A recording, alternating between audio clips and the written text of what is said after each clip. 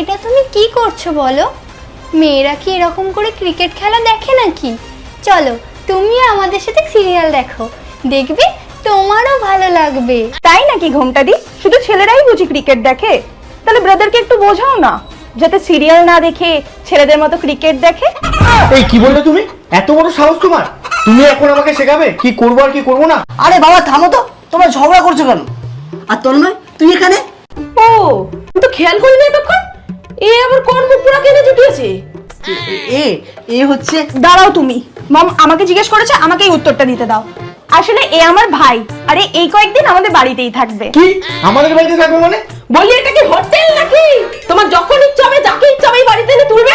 এই বাড়িরও কিছু একটা নিয়ম কানুন আছে। ওমা তাই? তা আপনার ভাইয়ের বেলা এই নিয়মগুলো কোথায় গেছিল? সিরিয়াল দেখতে?